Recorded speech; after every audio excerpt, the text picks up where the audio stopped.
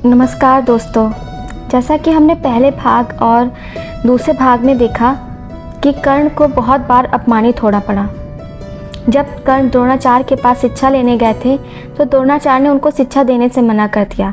उसके बाद वह ब्राह्मण का वेश बदलकर परशुराम जी के पास गए तो उन्होंने शिक्षा तो दी, लेकिन जब उनको पता चला कि कर्ण एक सूत पुत्र हैं तो उन्होंने कर्ण को श्राप दे दिया। और जब उनका गुस्सा शांत हुआ तो उसके बाद उन्होंने कर्ण को विजय धनुष भी दिया और उसके बाद कहा कि जब तक तुम्हारे हाथ में यह विजय धनुष होगा तब तक तुम्हें कोई भी सूर्य या असुर या कोई भी तीनों लोक के देवता नहीं हरा पाएंगे। यह बात श्री कृष्ण भी कहते हैं कि अगर जब तक कर्ण के पास विजय धनुष उसके हाथ में होगा तब तक उसे कोई नहीं हरा पाएगा, मैं क्या तीनों लोग मिलकर भी नहीं हरा पाएंगे। तो श्री कृष्ण ने इंद्र से कहकर छल से कर्ण के कवच कुंडल छिनवा लेते हैं। इसके बदले इंद्र उन्हें वासवी शक्ति देते हैं। तो श्री कृष्ण वासवी शक्ति को नष्ट करवाने के लिए भीम के पुत्र घटोत्कच को युद्ध में उतार देते हैं, जिस कारण घटोत्कच के ऊपर वासवी शक्ति का उपयोग हो जाता है। तो दोस्तों, श्री कृष्ण अर्जुन से कहते हैं जब तक कर्ण के पास कवच कुंडल होगा तो उसे श्री कृष्ण का सुदर्शन चक्र भी नहीं भेज सकता था।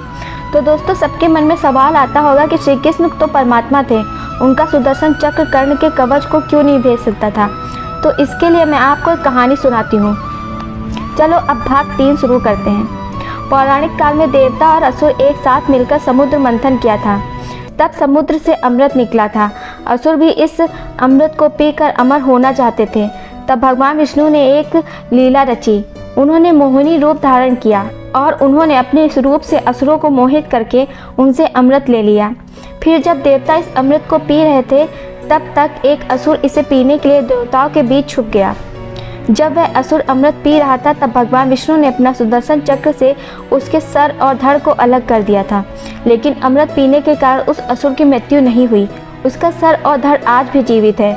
उसके सर को हम राहु और धड़ को केतु के नाम से जानते हैं।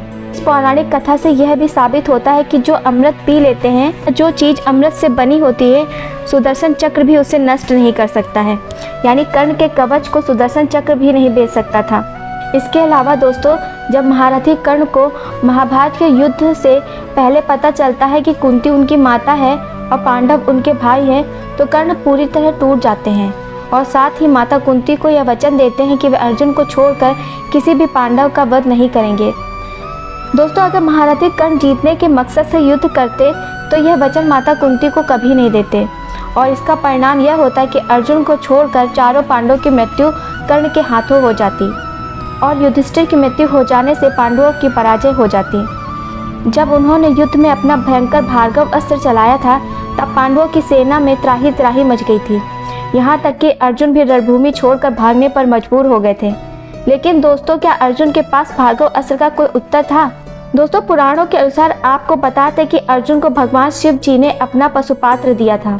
वह चाहते तो अपने पशुपात्र से कर्ण के भार्गव अस्त्र को नष्ट कर सकते थे, फिर उन्होंने ऐसा क्यों नहीं किया? तो दोस्तों, महाभारत में एक प्रसंग आता है कि जिसके अनुसार अर्जुन पशुपात्र का ज्ञान भूल चुके थे। उनके पास पशुपात्र का ज्ञान नहीं रहा था। बाद में भगवान श्री कृष्ण जी की कृपा से अर्जुन को पुनः पशुपात्र की प्राप्ति हुई थी। दोस्तों, अगर महारथी कर्ण सच में युद्ध जीतने के मकसद से रणभूमि में उतरते तो वह पहले ही दिन अपने विजय धनुष को हाथ में लेकर युद्ध करते, जिसके हाथ में होते हुए उन्हें कोई भी योद्धा परास्त नहीं कर सकता था। जिसके परिणाम यह होता कि कर्ण रणभूमि में उपस्थित सभी पांडवों योद्धाओं को अपने दिव्यास्त्र से मार देते, यहाँ तक कि अर्जुन को भी मार डालते। और यह बात मैं नहीं कह रही, यह बात स्वयं श्री कृष्ण ने कर्ण की मृत्यु के समय अर्जुन से कहा था कि अर्जुन, अगर कर्ण का विजय धनुष कर्ण के हाथ में आ गया तो मैं तो क्या भगवान शंकर भी तुम्हें नहीं बचा पाएंगे। तो दोस्तों, आपको वीडियो कैसी लगी? और अगर आप पहली बार हमारे चैनल पर आए हो तो हमारे चैनल को सब्सक्राइब करें और वीडियो को लाइक करें और कमेंट करके हमें ज़रूर बताएं कि आपको वीडियो कैसा लगा। धन्यवाद। जय श्री कृष्ण।